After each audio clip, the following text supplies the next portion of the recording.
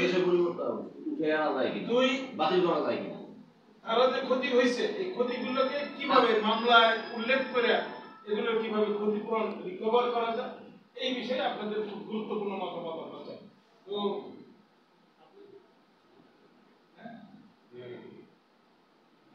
আর সাহস করে আমাদের সবাই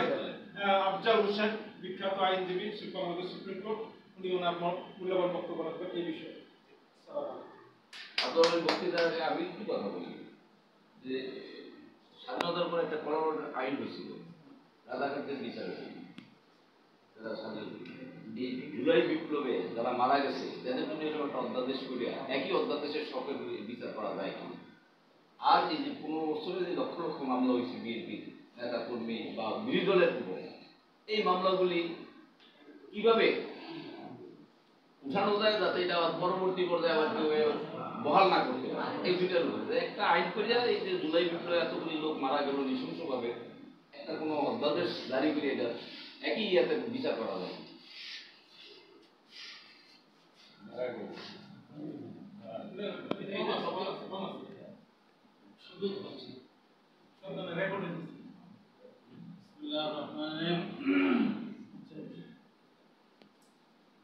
আমি অ্যাডভোকেট আফজাল হোসেন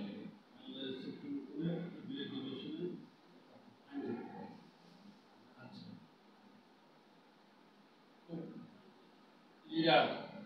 লিডারের মতো এক কথায় জানতে চাইতেছে হ্যাঁ আমি যাই যার অফিসে আমরা আজকে এখানে বসছি উনিও খুব মূল্যবান অনেকগুলো বক্তব্য লিখেছেন আমাদের হাসান মঞ্জুর সাহেব এবং নেতৃবৃন্দ এখানে খুব দামি দামি লোকজন আছেন এটি মনে হইল আর তো বন্ধ অবস্থা হোক এবং আমি সাধারণত এই মাঝে মধ্যে হারুনুর রশিদ হিসেবে দাওয়াতে মাঝে মধ্যে আমি আসার সুযোগ পাই বা দাওয়াত পাই তো ওনার তো আমাদের একটা ধারণা থাকে যে কোনো অনুষ্ঠান করুক দামি দামি লোক থাকে কিন্তু ওনার দরিদ্র অবস্থা থাকে হ্যাঁ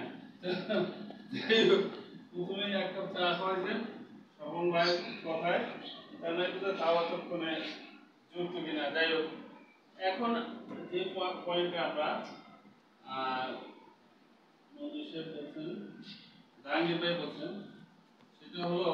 যে এক অধ্যাদেশ করে এইগুলার বিচার এত একটা কিছু করে প্ল্যান যায় কিনা মামলা যে ঘটনায় মামলা হয়েছে এই মামলাগুলোর ব্যাপারে অবশ্যই করা যায় এটা কোনো ব্যাপারই না এটা হলো সরকার যদি ইচ্ছা করে সরকারিভাবে একটা অধ্যাদেশ জারি করে যে 1900 একটা টাইম ফ্রেম তৈরি করে দিয়ে এই উপলক্ষে অর্থাৎ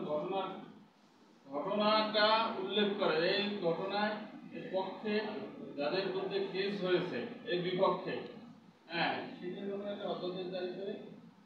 মামলা উদ্যোগ করে দিতে পারে অথবা মামলা ব্যারিশন করে দিতে পারে এটা সরকারের ইচ্ছা এইগুলো একটা দিক আরেকটা হলো ক্ষতিপূরণ হ্যাঁ ক্ষতিপূরণের আগে আরেকটা বলি সেটা হলো বিগত সময় এই সরকারের এই ফ্যাসিলিটির আমলে যত মামলা হয়েছে এই মামলাগুলো জলের জন্য একটা অধ্যাদেশ জারি করতে পারে আবার এক একটা মানে ইন্ডিভিজুয়ালি প্রতিটি কেস জলদি নিতে পারে এটা সরকারের ইচ্ছা এটা সলিসিটার থেকে এইভাবে একটা সিদ্ধান্ত নিলে সলিসিটারের মাধ্যমে এগুলো জলদি দিতে পারে যাই হোক এখন ক্ষতিপূরণের ব্যাপারে তো দাবি করতে তো কোনোই অসুবিধা নাই যে আমরা দাবি করতেছি 1 কোটি টাকা 1 কোটি দেওয়া দাবি করে দেন আমি মনে করি হারুন সাহেবের এই প্রসঙ্গে যেহেতু এটা ওনার যে সাইনবোর্ডটা সেটা হলো মামলায় ক্ষতিগ্রস্ত লোকদের ফ্যামিলির পক্ষ থেকে আমাদেরকে 1 কোটি টাকা করে দেওয়া হোক আমি এটাকে সমর্থন করবো হ্যাঁ যা সম্ভব রাষ্ট্রের পক্ষে যতটুকু সম্ভব ততটুকু তারা দেব আপনার কথাটা সমর্থন করছেন হ্যাঁ সেই জন্য এটা হতে পারে দিতে পারে দেওয়ার জন্য করতে পারে তো এখন আসলে গত যে আন্দোলনটা সেটা কি ছিল? বৈষম্য বিরোধী, যে সমাজে চাকরির ক্ষেত্রে এইখানে ছাত্রদেরকে আমরা পেয়েছি পুরো আন্দোলনটা অর্গানাইজ করার জন্য, এবং অর্গানাইজ করেছে এবং তারা এক্সিকিউট করছে। আপনার দল এখন বলে থাকে আমরা এই করছি,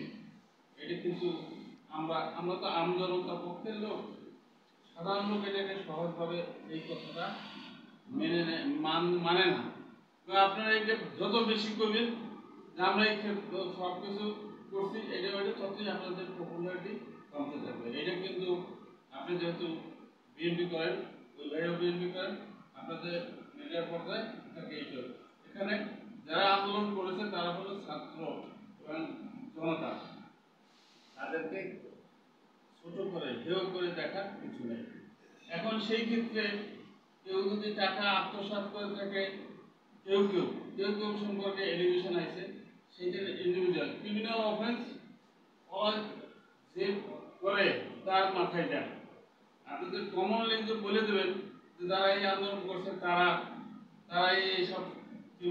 ক্রিমিনালি অফেন্সের সাথে জড়িত, এটাও পাবলিক সহজভাবে নেবে না। কারণ 1971 সালের যুদ্ধে এটা কমন করে ফেলানো, অর্থাৎ যারা রাজাকার আলবদরের যারা লুটতরাজ করেছে, মানুষ হত্যা করেছে,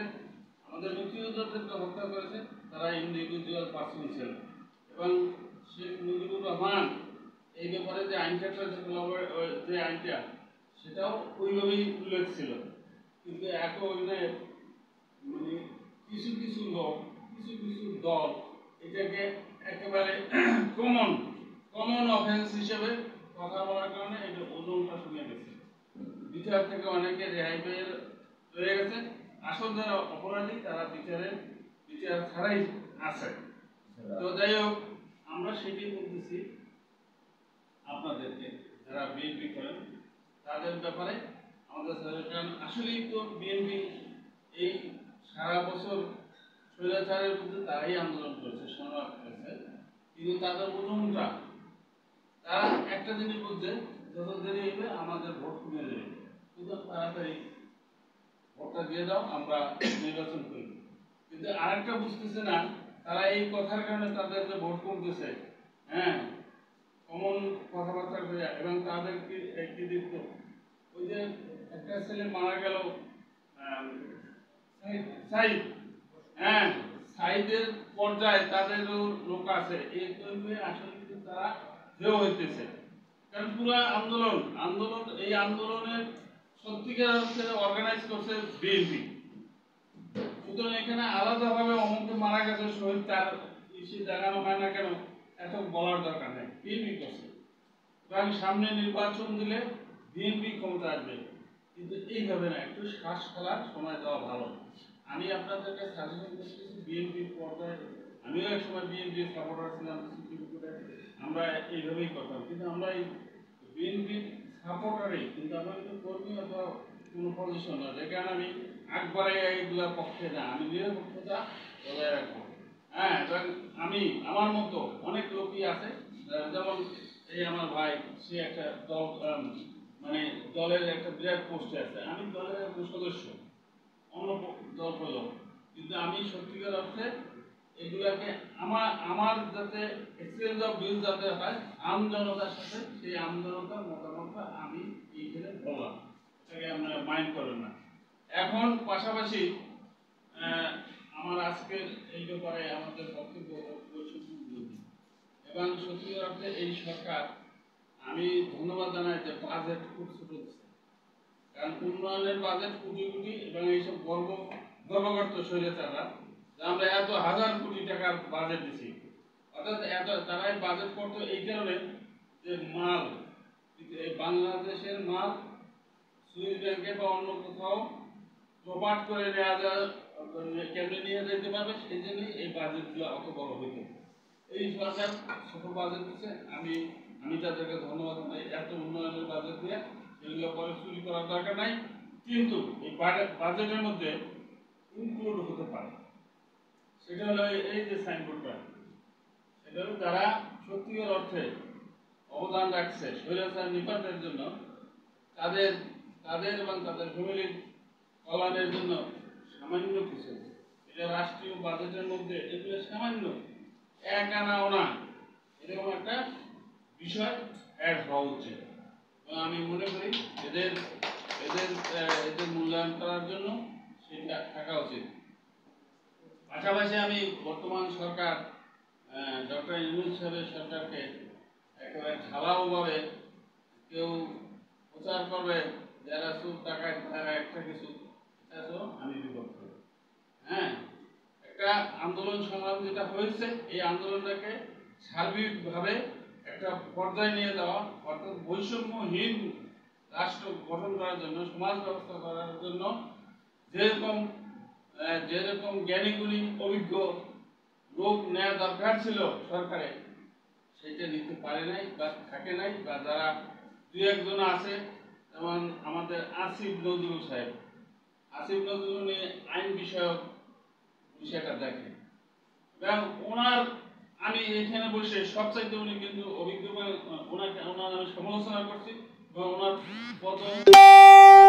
আমি কামনা করছি। কারণ সেই ক্ষমতায় আসার পরে যাদেরকে নিয়ে যেভাবে বিএনপি তো খামাখা চিল্লায় সুপ্রিম কোর্টে, ওই তাদের দলেরই ওই বিএনপি সবাই উপরে উঠে গেছে বিচারের লাগে, এখানে ওখানে সব। অন্য কোনো যারা নিরপেক্ষ তাদেরকে, এর বাইরেও যে মানুষ আছে এই রাষ্ট্রে, এটা তাদের মাথার মধ্যে নাই। এবং এটা করে সে রেডিমেড ভাবে আইন আইন আইন যে মন্ত্রণালয় বা আইন যে বিভাগটা আছে পরিচালনা করার জন্য বিএনপির কারণে পা রাখা এভাবে করছে, এর দ্বারা এই বিষয়টা হতেছে। আর সেই কারণেই যেমন ওই লন্ডনের যে যিনি আছেন উনি মনে করছে বিএনপিতে আমরা মানে 6 আনা গেছি গিয়া, এখন 10 আনা আছে, তো সুতরাং যদি নির্বাচন আমরা পুরোটা চলে যাব, এই স্বপ্ন তাদের ভিতরে তাদের মাথার মধ্যে ঢুকে আছে, এই জন্য এই অবস্থাটা হয়েছে। এবং আমি বর্তমান যে সরকার যারা আছে, নির্বাচন কবে হয় আমি জানি না, যদিও শুনতেছি ফেব্রুয়ারি মাসে হওয়ার কথা, আমি এখনো আমার বিশ্বাসে আসে নাই যে ফেব্রুয়ারি মাসেই নির্বাচন হবে। যদি নির্বাচন হয় এজন্য ধন্যবাদ, এবং আমি নির্বাচন হোক এটার পক্ষে। কিন্তু মঞ্জুর ভাই নাকি বলেন যে নির্বাচন দিয়েই সব মুক্তি আসে না, নির্বাচন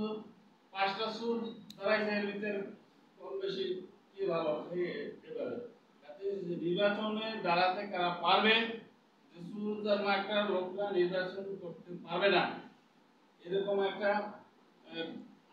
আইনগত কাঠামো তৈরি হোক, তৈরি হইয়া তারপর নির্বাচন হোক। হ্যাঁ, এবং সেটার পক্ষে মতামত দেয়। কারণ পকেটে 506 জন না কতজন সেনাবাহিনী ধরছে, এইসব লোকরা আপনারা কতটুকু জানেন কি জানেন, অনেকেই জানেন হয়তো, আমিও অল্প একটু হলেও জানি। আওয়ামী লীগের যে ব্যাগ যেগুলো ধরছে, হ্যাঁ, তারা টাকা ধরছে মানে সেনাবাহিনীর কাছে আত্মসমর্পণ করছে, তাদের টাকার বান্ডেল লইয়া তাদের সালা ভরা।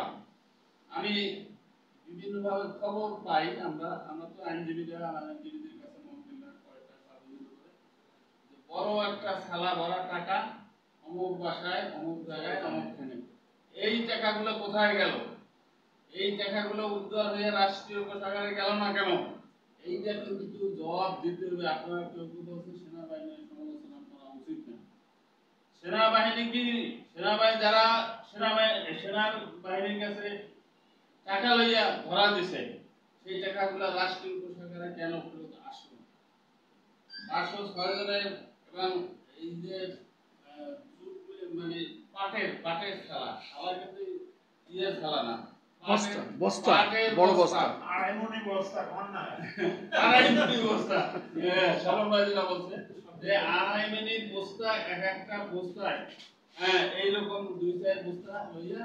এক একজন যাইয়া আর্মির কাছে সারেন্ডার করছে। সেই টাকাগুলো কোথায়? সেই টাকাগুলো রাষ্ট্রীয় কোষাগারে জমা হয় নাই, সেটা কিন্তু জবাব এই বর্তমান আর্মির যারা যিনি পরিচালক বা যারা আছেন তাদেরকে দিতে হবে। এই জিনিসটা আমাদের মাথায় রাখতে হবে, যে কথাগুলো খুব আসলে জুলাই বিপ্লবে আহত নিহতদের কি ক্ষতিপূরণ দেওয়া না, জুলাই আসলে এই লেভেলের আহত